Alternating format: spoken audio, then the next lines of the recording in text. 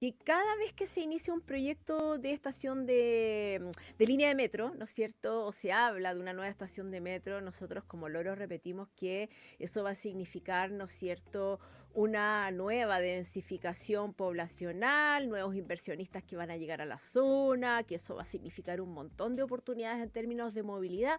Sin embargo, como un gran tapaboca ha llegado, ¿no es cierto?, un estudio a nuestras manos que es bien contraintuitivo, porque hace unos días se publicó un estudio que da cuenta de la baja densidad poblacional que hay cerca de las estaciones del metro de nuestra ciudad, lo que se traduce en un desaprovechamiento de un espacio que es el con mejor movilidad de Santiago y a la vez cuenta con una especial inversión pública.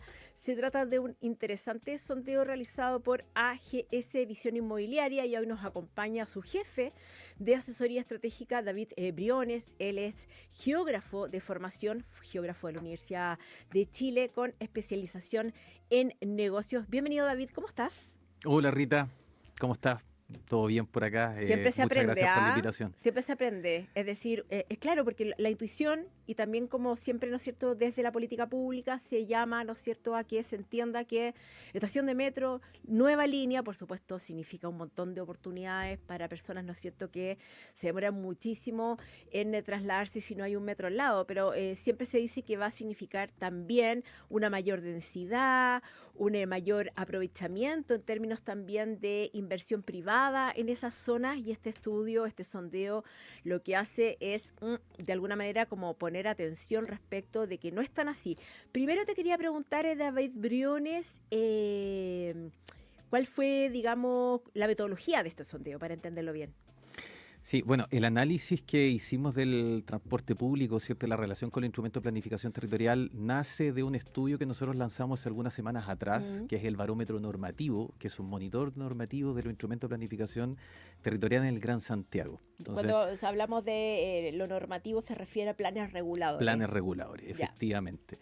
Y ese estudio principalmente es un monitor, ¿cierto?, respecto a las condiciones normativas vigentes y proyectadas, ¿cierto?, en cada uno de estos planes reguladores, y donde el transporte público es uno de los principales articuladores, ¿cierto?, uno de los principales actores que existen en nuestras ciudades, tanto, ¿cierto?, transporte subterráneo como superficial, y quisimos ver, ¿cierto?, la relación entre la planificación urbana y el transporte público, entendiendo que como tú bien mencionabas, Mm, ¿cierto?, la inversión por parte del Estado busca tener, ¿cierto?, una rentabilidad social, ¿ya? claro. Y Es esa como la condición sine qua non, digamos. efectivamente. Y en la medida que existe una mayor rentabilidad social desde el punto de vista de mayor acceso, ¿cierto?, a Mm, oferta de vivienda, equipamiento, servicios, colegios, ¿cierto?, si lo llevamos a un lenguaje mucho más mm, concreto, las poblaciones, ¿cierto?, las comunidades se ven de forma más beneficiada, ¿cierto? mm. Y lo que pudimos ver, ¿cierto?, es que a partir de la metodología hicimos un buffer de influencia, ¿cierto?, a 500 metros de las estaciones de la 1 a la 7, entendiendo que la 7 de hecho Claro, hoy en día está en está construcción, en construcción, ¿cierto? claro. Una de las líneas más esperadas, ¿cierto?, Sí, por po, parte de comunas que no tienen acceso a metro sí. como Renca. Y lo que vemos en estos espacios de 500 metros de esta área de influencias que efectivamente no se condicen hoy en día lo que son las condiciones normativas, que son las que definen, por ejemplo, la altura de las densidades de las viviendas, Mm. también lo que tiene que ver con el uso de equipamientos, de servicios, colegios, comercio, etcétera, respecto a esta inversión pública, ¿cierto?, gigantesca que hace el Estado para mejorar la conectividad, los tiempos de distancia, ¿cierto?, de cada uno de los habitantes. No se condice, cuando tú dices no se condice, ustedes identifican que la mitad de las líneas de metro tienen una densidad poblacional inferior a los 1.000 habitantes por hectárea y que eso justamente demuestra un desaprovechamiento de esos espacios con buena movilidad y a la vez un desaprovechamiento de esa inversión pública. ¿Por qué el indicador es de 1.000 habitantes por hectárea? Nosotros hicimos rangos Ya. principalmente, y esos rangos iban el primero de 0 a 250 habitantes por hectárea, después hasta 500, después hasta 1.200 y sobre 1.200 ¿Mm? habitantes por hectárea. Y además de eso están los planes reguladores que tienen densidades libres, vale decir que existe una ausencia de planificación, ¿ya? Entonces, cuando uno mira algunos planes reguladores o algunos ejemplos, ¿cierto?, de subcentros, por ejemplo, en la Florida, en Plaza Gaña, ¿cierto?, Mm. en otras comunas que se han ido generando subcentros en torno a estas estaciones, uno define ciertos promedios que pudiesen ser referenciales para poder definir esas condiciones óptimas.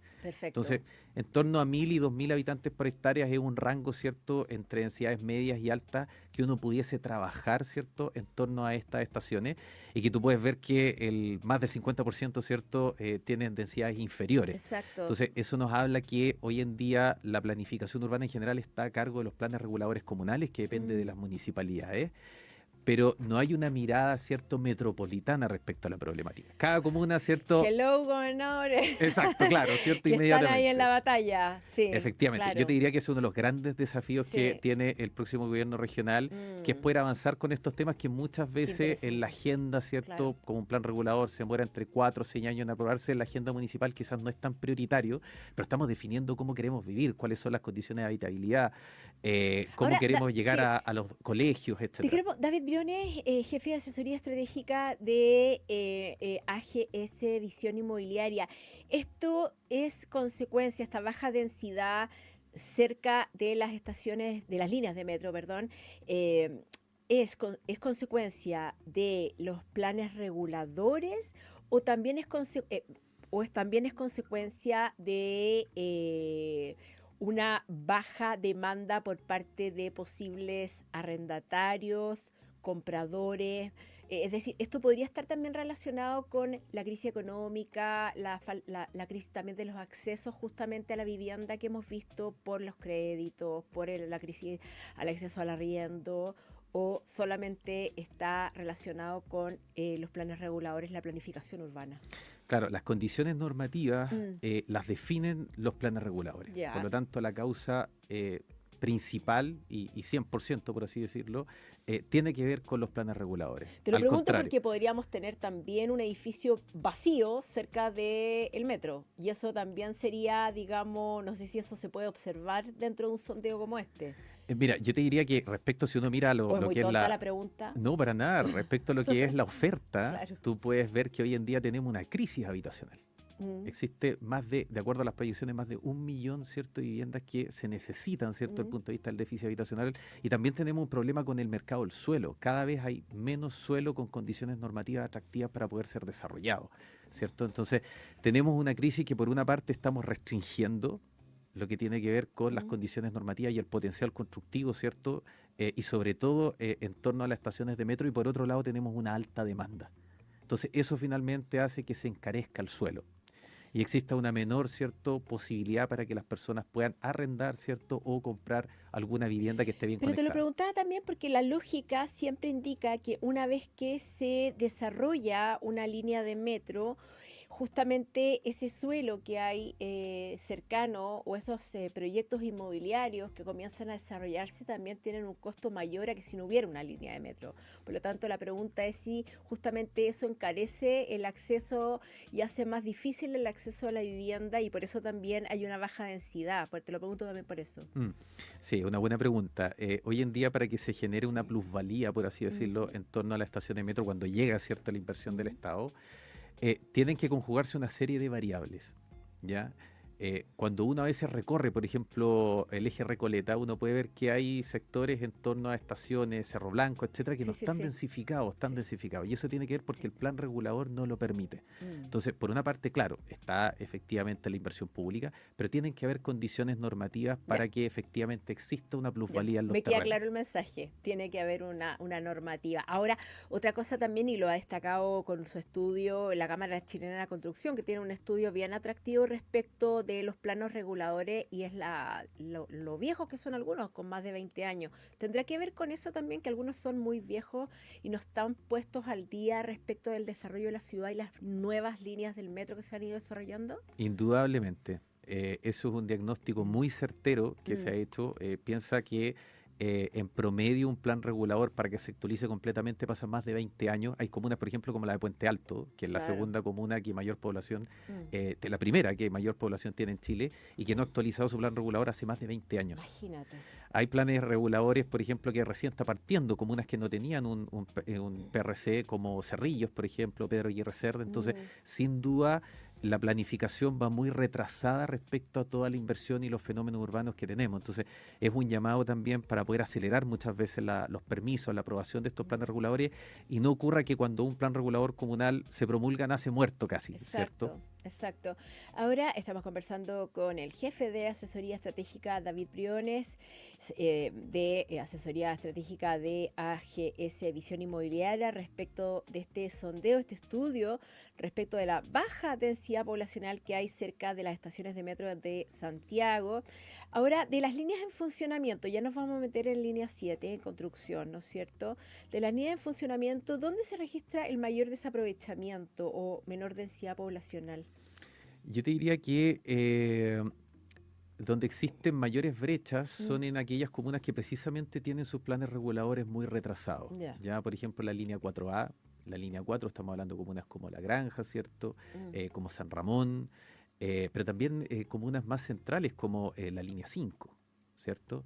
Y al revés, ¿cierto? En la otra parte, ¿cierto? El péndulo está en aquellas comunas que sí tienen mejores condiciones normativas en promedio, ¿cierto? Como es la línea 3 y la línea 2, ¿cierto? mm, Estamos hablando del eje que es de Independencia, Irarrázaval y el eje de Recoleta con Gran Avenida, que sí en varias de esas estaciones se han generado o se ha rentabilizado de mejor forma la infraestructura pública, y ahí tú puedes ver los subcentros como Plaza Egaña, sí, sí, ¿cierto? Como sí. hospitales en Independencia, o en el sector de Irarrázaval, ¿cierto? Con todo lo que son el eje de esa comuna. Entonces, sin duda la plusvalía, ¿cierto? Y poder rentabilizar la inversión pública pasa muy de la mano por las condiciones normativas. Qué interesante lo que dices porque finalmente ahora cuando haces esta comparación entre aquellas líneas, ¿no es cierto?, que han generado mayor inversión, mayor también densidad, la foto se ve bien clara, es decir, han generado mejor ciudad, es decir, ese ideal de la ciudad de los 15 minutos, de que se habla tanto, ¿no es cierto? Es decir,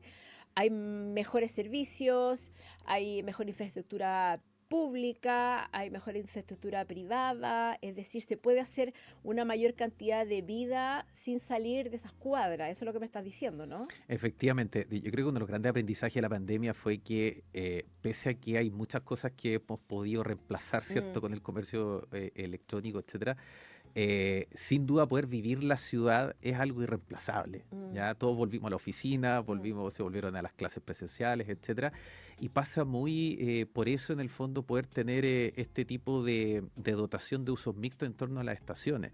Es muy importante que para una persona poder trabajar cerca, por ejemplo, de donde vive, o claro. poder estudiar, ¿cierto? O irse Pero a un café a hacer teletrabajo, o tener una efectivamente, farmacia, un cajero automático, lo que vemos, por ejemplo, en Pajaritos con ese subcentro justamente que se hizo, que te acuerdas cuando no había nada, y así ahora es. es realmente un área también de generación de empleo, es decir, eso también es otro factor relevante, ¿no? Efectivamente, el subcentro de escuela militar, por Lo ejemplo. mismo, Entonces, claro.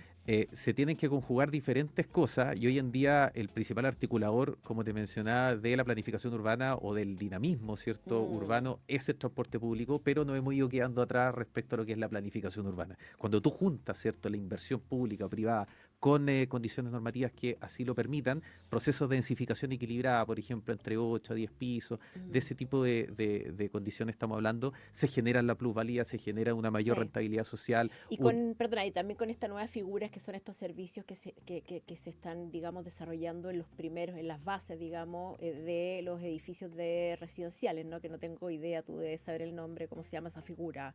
Placas Las comerciales, placas claro. comerciales, claro, que también generan también una posibilidad de, digamos, hacer viables, sostenibles esos edificios. Así es. Hoy en día, por ejemplo, en torno a las estaciones de metro se ha desarrollado mucho lo que son los proyectos de renta habitacional o Claro, proyectos los multifamily. multifamily. Exacto. Mm, Principalmente porque atienden, ¿cierto?, un público objetivo que necesita estar bien conectado, ¿cierto?, mm, estudiantes o profesionales jóvenes, ¿cierto?, que buscan estar bien mm, conectados en tiempo y distancia a sus lugares de trabajo, etcétera. Entonces, hay una oportunidad tanto para el arriendo como también para la compra de inmuebles, ¿cierto?, mm. en torno a las estaciones. En la medida que se generen, Rita, mejores condiciones, existe mayor oferta de suelo, y Mm. eso hace también que el valor empiece a bajar, ¿cierto? Claro. De cierta forma se democratiza o existe una mayor disponibilidad.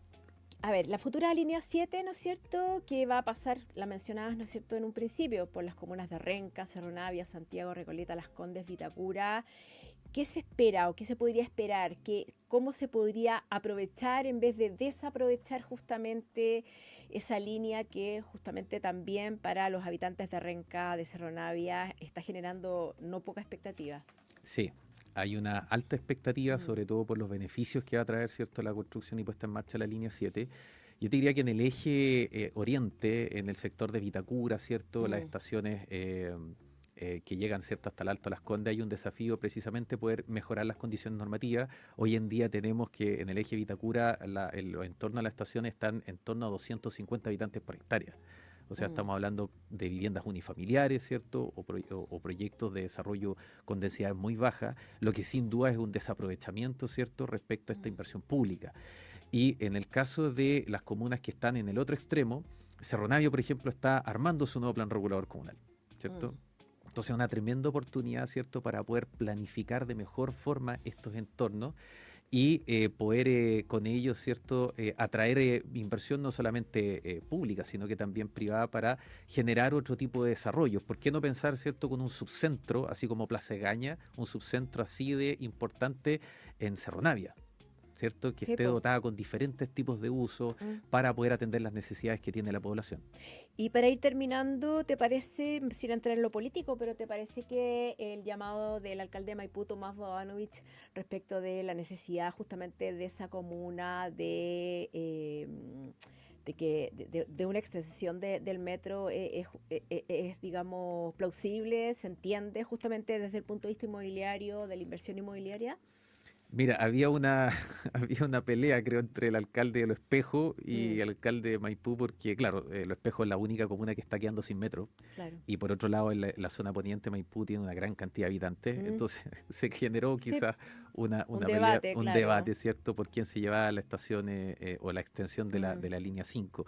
Creo que para ambas comunas es muy importante, ¿cierto?, esa inversión, pero sin duda respecto al último plan regulador comunal que se aprobó en la comuna de sí. Maipú, se desaprovecharon hartas cosas. Mm. Yo creo que es una oportunidad para repensar cómo se quiere desarrollar Maipú, entendiendo la centralidad urbana que tiene, en la segunda comuna más importante a nivel Mm. nacional, y creo que se pueden hacer mejor las cosas en torno a las estaciones, pero también en torno a los ejes estructurantes. No hay que olvidar que Maipú también tiene el Metrotren Santiago Milipilla que se está construyendo. Sí, sí, sí. Y hay una estación, ¿cierto?, ahí entre Exponiente con Camino de Milipilla que se está construyendo. ¿Cómo también pensamos en Y los ahí los entornos? inmobiliarios están ahí con los ojos bien puestos.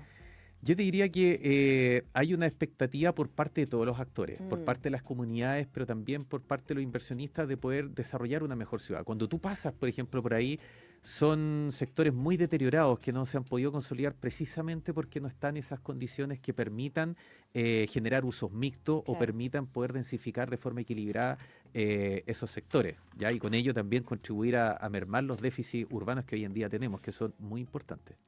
David Briones, muchísimas gracias por venir a hacernos la bajada de este estudio realizado por AGS Visión Inmobiliaria, jefe de asesoría estratégica de esta empresa, ¿no es cierto? Muchísimas gracias por estar acá en el estudio Ciudad Pauta.